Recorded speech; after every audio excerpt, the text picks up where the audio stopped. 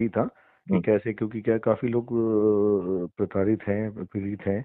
देखो, मेरा ये कहना है कि आप राहत देने जाओगे तो ये दुष्ट षड्यंत्र रच के आपको जेल भेज देंगे। ये बहुत दुष्ट हैं, बहुत शक्तिशाली हैं।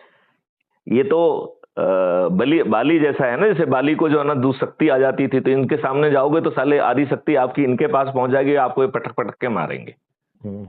बात समझ रहे हो ना?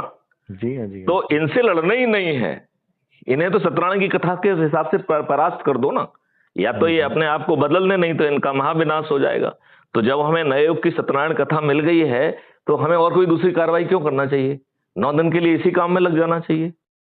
नहीं, डेफिनेट इसमें लगना 9 दिन बड़ा है क्या, ये बताइए ना मुझे। यदि एकें साधें सब सदें, सब साधें सब जाएं, तो हमें इस एक चीज को साधने में क्या कष्ट है, बताओ मुझे। मैं कोई ऐसी बात